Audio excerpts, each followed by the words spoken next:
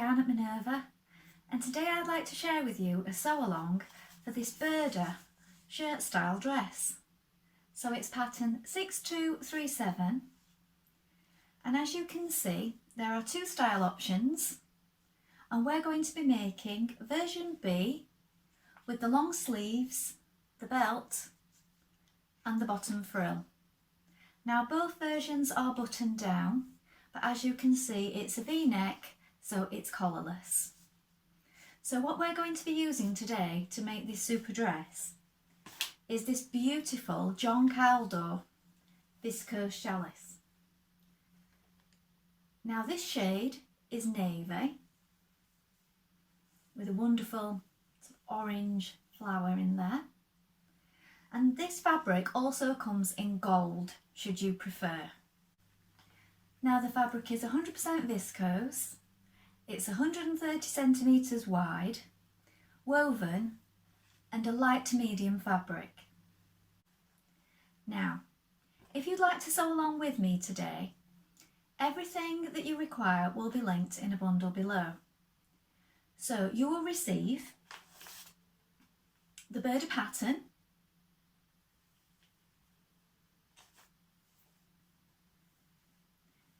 the beautiful John Kaldor fabric in the colour of your choosing, a matching thread, some bias binding, some buttons and some interfacing. So just click on that link and you'll have everything you need to get started with me today. While you're here, why not join the Minerva Craft Club? When you join the Minerva Craft Club, you get 10% off all your orders for a whole year, so it's a really good deal, and that includes anything that you buy with us today. So why not take a look at that now? We'd also love it if you create a free account. When you create a free account, you can connect with like-minded sewers from all over the world, share projects, ideas and gain inspiration. It's a really wonderful place to meet up and share your sewing hobby. Well, before we begin, one thing that you need to do is to wash and prepare your fabric. So wash and prepare it as you would normally. Machine wash and tumble dry if that's what you normally do. Don't skip this important step because we don't want to have any shrinkage later on. Any shrinkage will occur at the washing stage, and once you've done that you're all ready to begin cutting out. So we are going to be making version B, as I said, and this version has a long sleeve, a cuff and a tie belt. We're also going to be making this little frill at the bottom. So we're going to go ahead and cut our pattern pieces for version B now. Remember, before you cut your pattern pieces, be sure to consult the back of your pattern packet, check your sizing, get a tape measure and make sure you check your sizes corresponds with the sizing on the packet. And in the Burda patterns there is also further sizing information on the inside on your pattern sheets, so please consult those as well. Here are your pattern pieces. This is piece number 1. It's for the front. You're going to cut 2. Here is the grain line. This part here also needs to be cut in interfacing, one for each side. So 2 pieces of interfacing for this part here. Make a note of your notches, your waistline, lengthen or shorten at this point. Make a note of these stars here, these are where we will gather, and the darts, also the small circles. Piece number 2 for A and B is the back. You're going to cut 1 on the fold, and here is your fold line. Here are your stars. Again, this is where we will gather. Small circles. This is your shoulder point for the different sizes. Again, mark the notches and the small circles. Here is piece number 3. This is the front skirt panel for A and B. You're going to cut 2. Here, where this fold line is, you're also going to cut a piece of interfacing for each side to this point. These markings here are for your buttons, buttonholes. Again, mark the gather points here, these little stars, the circles, and lengthen or shorten here. So cut 2. Here is piece number 4. This is the back skirt panel for A and B. Your grain line goes this way. This is your centre back seam. Here are your gather points again and your small circles. Here we have your back facing for A and B. Cut 1 on the fold. Mark your circles. Here we have the cuff piece for B. We are making the long sleeve with the cuff. Here is your fold line. Here is your marking for your button and buttonhole.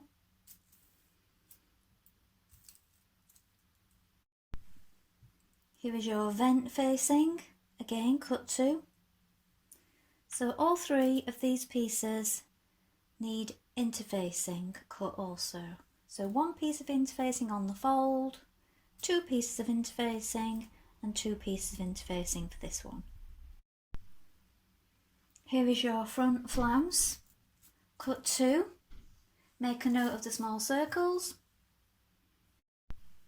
Here is your back flounce, cut 1 on the fold. Here is your fold. Here is your sleeve piece for B. Cut 2 pieces. This is your straight grain. Make a note of this mark here to be slit for the vent. Here, where you'll gather, small circles and the notches here, here. These 2 points here for ease.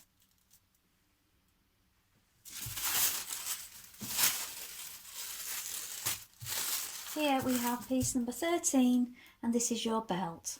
So you're going to cut 2. This is your straight grain and this centre line here is your fold. So your first job is to put half of your thread on your bobbin. Change your needle, make sure that you're using the correct needle for the fabric. So I'm using a Universal 70 on this particular fabric. And then we're going to stitch in our bust darts. So you've got your notches at the side here, look. And then you've got your choke mark or your pin mark that you made on the inside. So bringing right sides together, we're going to line up those notches, locate your marking, and we're going to run off at a point to create that dart. So we're going to do that now. So back tack to the end. Now you're going to come off gently at an angle, not too sharp, otherwise you'll get a bubble on the inside.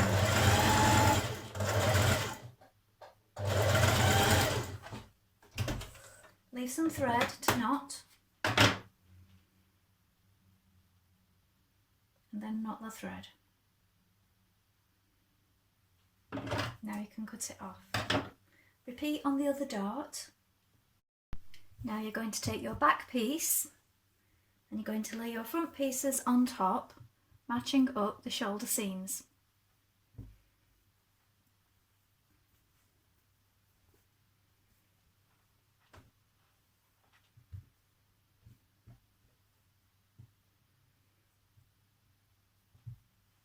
Now you may or may not have done this already. If not, you can do this stage now also, and it's to iron on all your facing pieces. So I've already ironed mine to my fronts.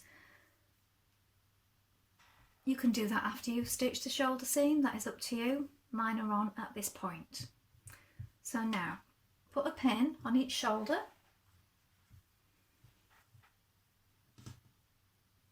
And we're going to stitch that shoulder seam with a 1.5 centimetre seam allowance.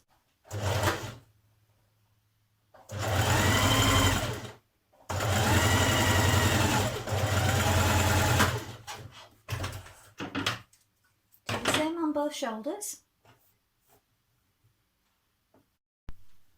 Now you're going to match your side seams. So again, with right sides facing, and also at this point you can press down your dart.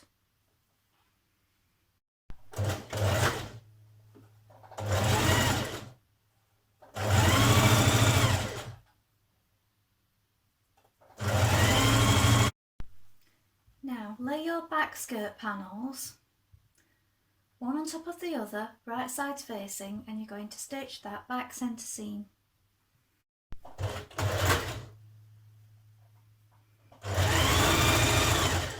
Now you can neaten your edges before or after as you wish, either zigzag or overlock them.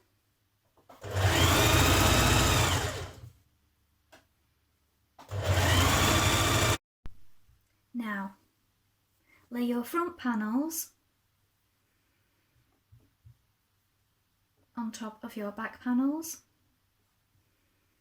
At the side seam here, we're going to stitch it with a 1.5cm seam allowance again.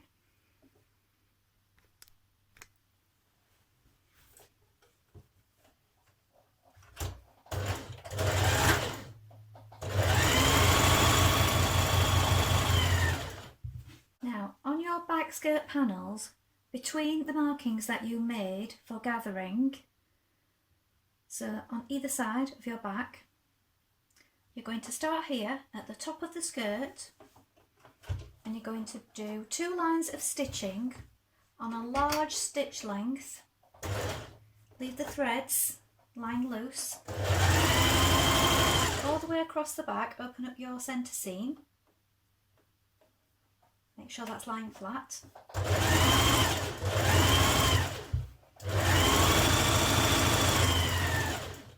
And then leave the threads at the other side and do another row, and then you're going to gather these stitches to the widths indicated on your pattern. So this one is a size 10, so this is going to be 26cm. Consult the pattern for the width that you need to do it to for your size.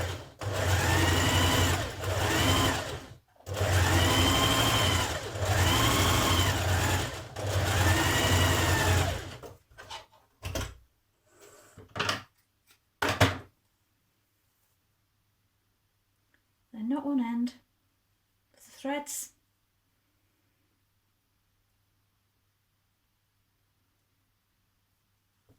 and pull on the other side until it's the required width. Then again on your front and your front top dress pieces, locate your markings. I'm going to do those 2 lines of stitching again. Check your pattern for your particular size. And on this size, which is a 10, we are doing pulling the threads to 9cm on the front.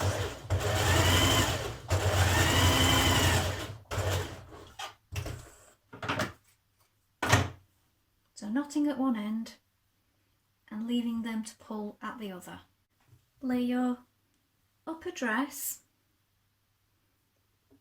on your lower dress, so your dress skirts, upper dress, right sides facing, on top of each other. Match the side seams.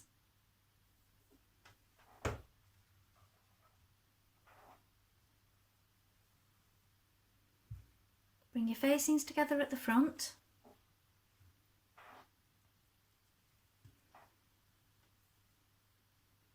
And the side seam at the other side as well.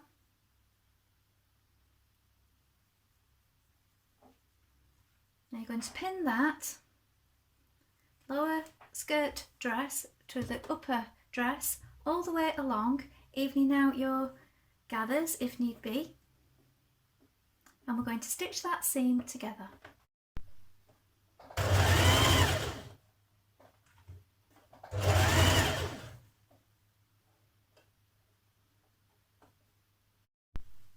Now to further reinforce that seam at the centre of the body, you can finish it off zigzag and overlock, and then with your binding tape, first stitch on the wrong side, in that line of stitching. Then we're going to press it up and you're going to sew from the right side within the seam, and that also, it neatens it and it gives it a little bit of extra reinforcement. Stitch your back neck facing to your self facing at the shoulder point.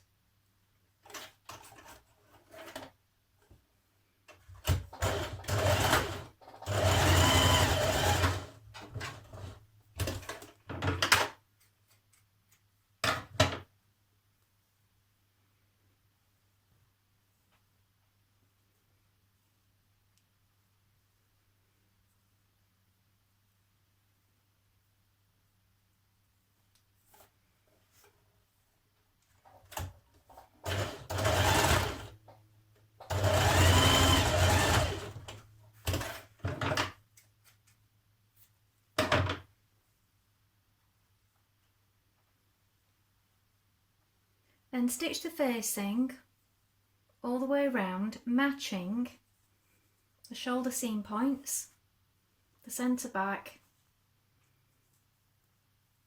and lining up your front facing. Trim the excess from that seam that you've just created and snip all the way around. Now you're going to pin your flounce back to your flounce front at the side seam, right sides facing.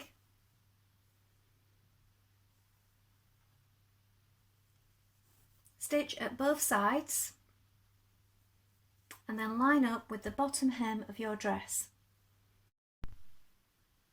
Right, our next job is to stitch 2 lines of stitching here between your markings here and here,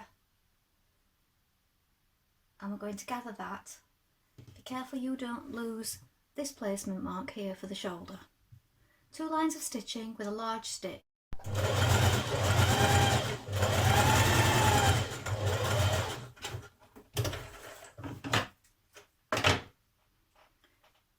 Then when you come to set in your sleeve, you're going to ease these gathers using the 2 front threads. Now,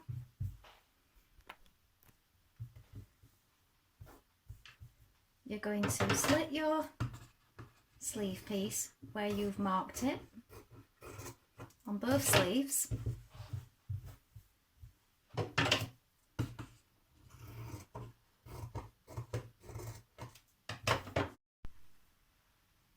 You're going to take your vent strip, fold it in half lengthways, and we're going to open up the slit, and you're going to stitch it all the way across, turning at this point, opening it up and stitching along here.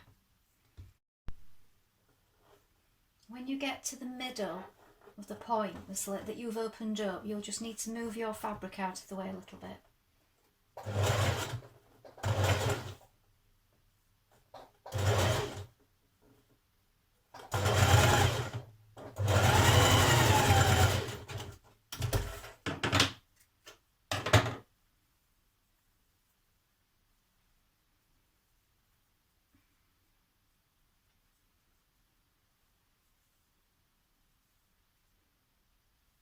Now, at this point, you're going to stitch off at an angle to bring these 2 sides of the vent together. Edge the sides of your vent pieces. If you're struggling to get it lying flat, and I sometimes do at this point here, work it under from the top side, and you can top stitch it here either by hand or on your machine.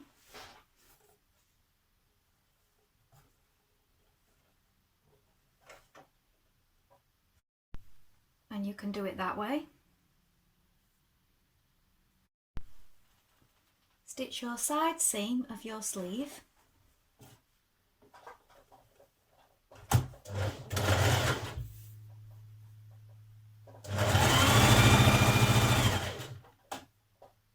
Next, run a line of gathering stitches along the bottom of each of your sleeves, and this will gather into the cuff.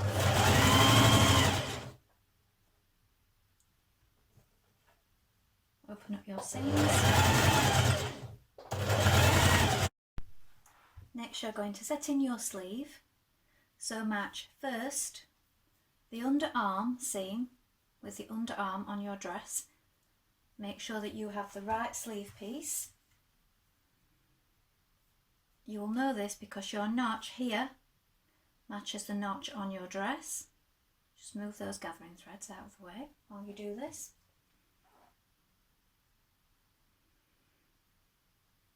Then find your notch for the top of the sleeve and match this up with the shoulder seam.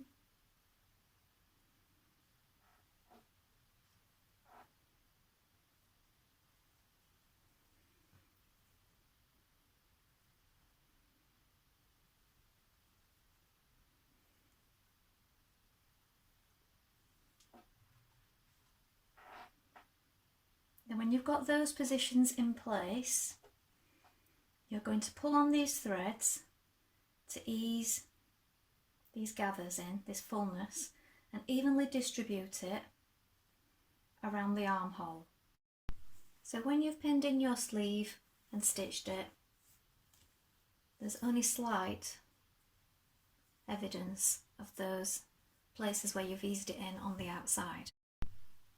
Pin your cuff to the bottom of your sleeve, pull your gathering stitches so that they are evenly spaced and pin to your cuff.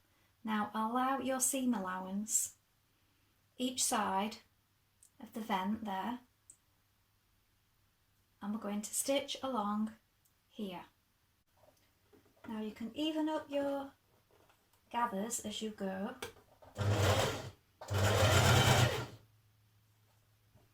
Now what I did was also measure the cuff around your wrist, because if you have small wrists you may find you want to take a little bit out of the side or do your seam a little bit deeper on the cuff.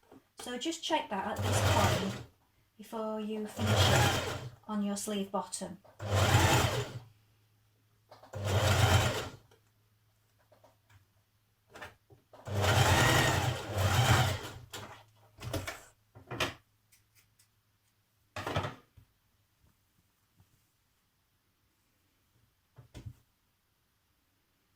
When you've done that, turn it back and we're going to stitch down here .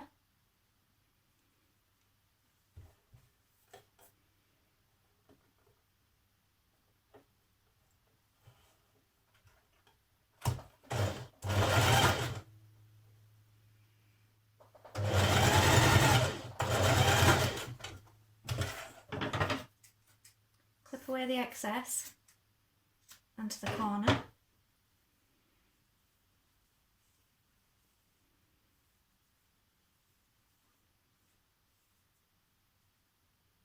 This is what it'll be like when you turn it through. This on the other side will be turned under with your seam allowance and stitched down in that ditch or hand stitched from the back. So we're right in behind there, that seam where your cuff meets the sleeve. Make sure you take out the pins as you reach them, and you're catching just on here on the wrong side, and it's just falling into that seam on the right side, so when it's being pressed you can't really see it on the right side. It just keeps everything in place.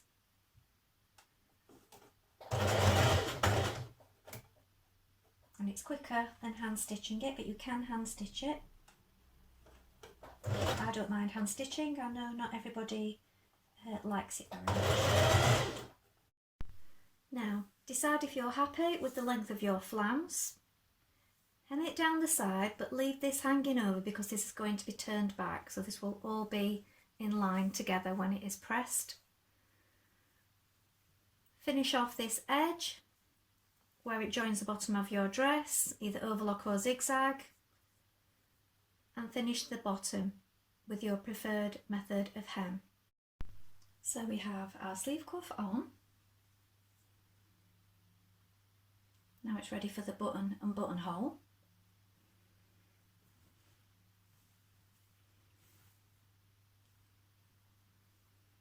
Here you want to stitch down your facing on the inside of your shoulder and baste it on the inside also when you've pressed it towards the inside.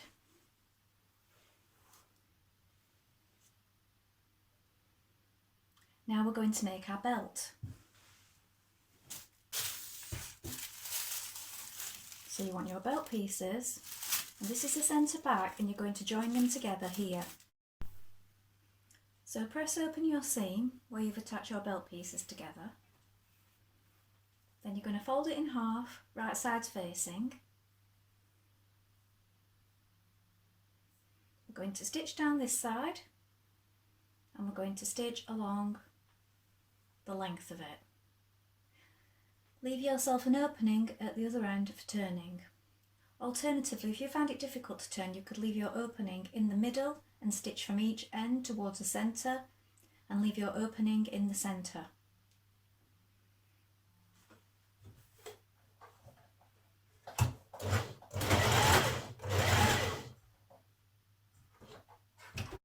Now you can just press your belt flat, or you can top stitch it. I do like to top stitch round a belt, so I've done that both sides on mine. Then, in the sides of your dress, and your seam here at the waist, you can add a belt loop. Now you can make a handmade belt loop with some threads and a buttonhole stitch as described in the pattern, but I like a proper belt loop, so I'm going to show you how to do that now. So you're going to need some scraps of your fabric, and we're going to make some slim little belt loops just to go in there.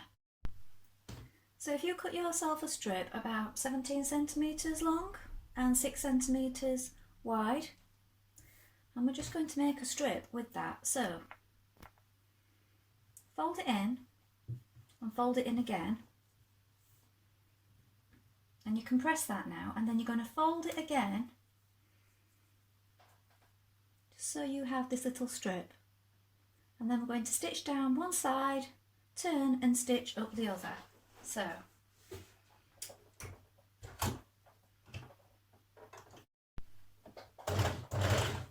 just leave those edges raw because we're going to deal with those in a moment.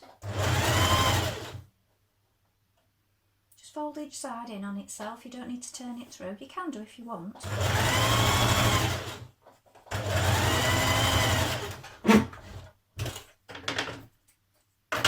Go down the other side.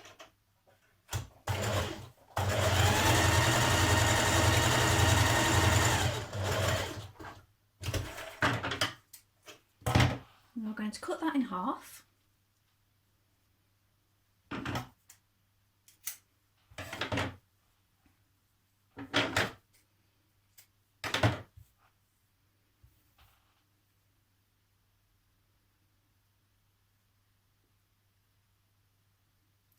Now, we're going to tuck one of these inside the other, and we're going to hand stitch this together. So you've made a little loop like this, which is just big enough for your belt to go through. So you tuck one side in the other, and then we're going to hand stitch that together before attaching it at the waist. Now you could open up a little of your waist seam and tuck it into your waist seam and do it that way, but I like to do it like this. So tuck one side inside the other, hand stitch that together, so you've got a completely independent loop there, and then we're going to move it to one side and stitch it on at the side seams. So then I've secured that in the middle on the inside, and then top and bottom just so that it lies flat, and I just think that works better than one made from thread, which can be quite flimsy and may come apart in time. So that's entirely up to you how you work a belt loop. So now you're ready to put on your buttonholes and your buttons. So you may want to replace your pattern pieces at this point to mark, because your original marks may have worn off. So skirt piece and front piece, allowing for where you've taken away the seam. So here I'm working my buttonholes. I'm using this one because I like the 3-step function on this machine. Some machines, like my other one, have a 1-step function.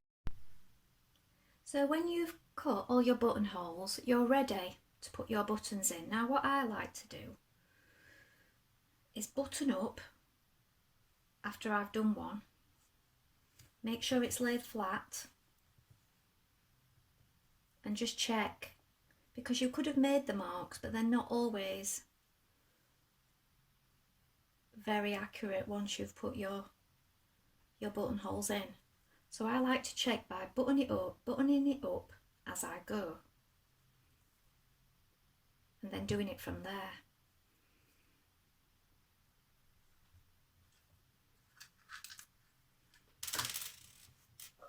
So I'm sewing them on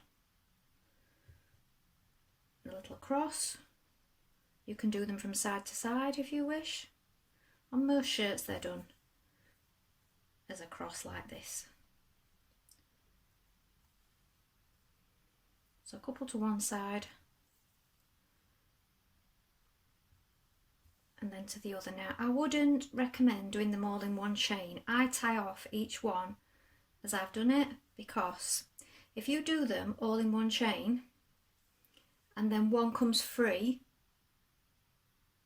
and you lose a button, you're in danger of losing all of them. So I like to tie them off each one individually and then move on to the next one. So do up your button, check that everything's laying flat, and then just check your position for your next one.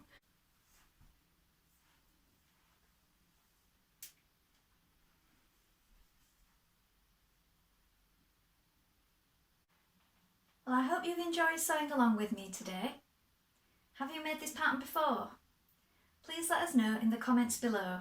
We always love to see what you've been making. Also, if you have any questions, pop those in the comments and we'll do our best to help you in any way we can. Remember to like and follow Minerva to get more video content like this every week. Well, that's all for today, and I hope to be back with you with another sew along really soon. Bye for now.